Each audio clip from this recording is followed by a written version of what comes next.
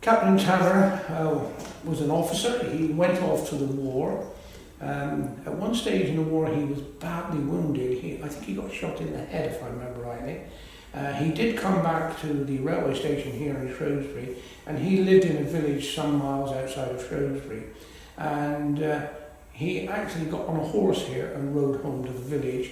And the story is that he wasn't expecting any sort of hero's welcome, but the village had heard about his injury, and they put the bunting out and the flags, and they were all lining the village, etc. They come back with a big party for him.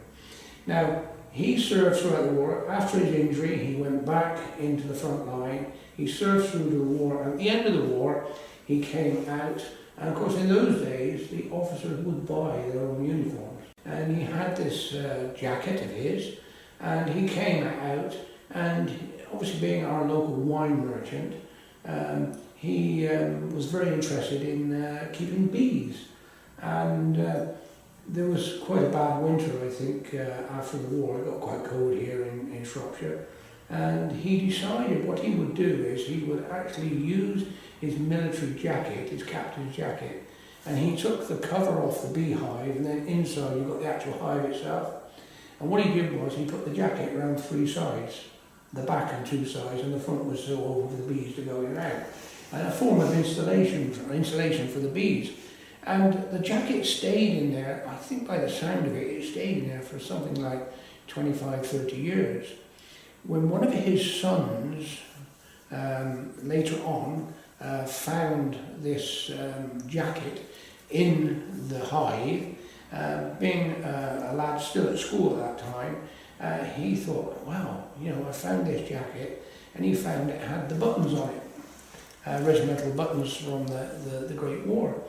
And he realised, this was after the Second World War, he realised, well, these buttons might make very good swaps. So he cut the buttons off the uniform, and he then brought the buttons to school, and he swapped them for things like cigarette cards and other pieces of equipment, so the buttons disappeared.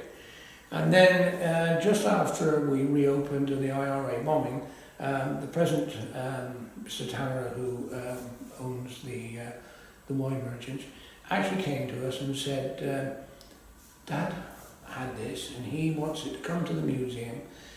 He said, the only problem is, he said, this uniform is wonderful, but the buttons are missing.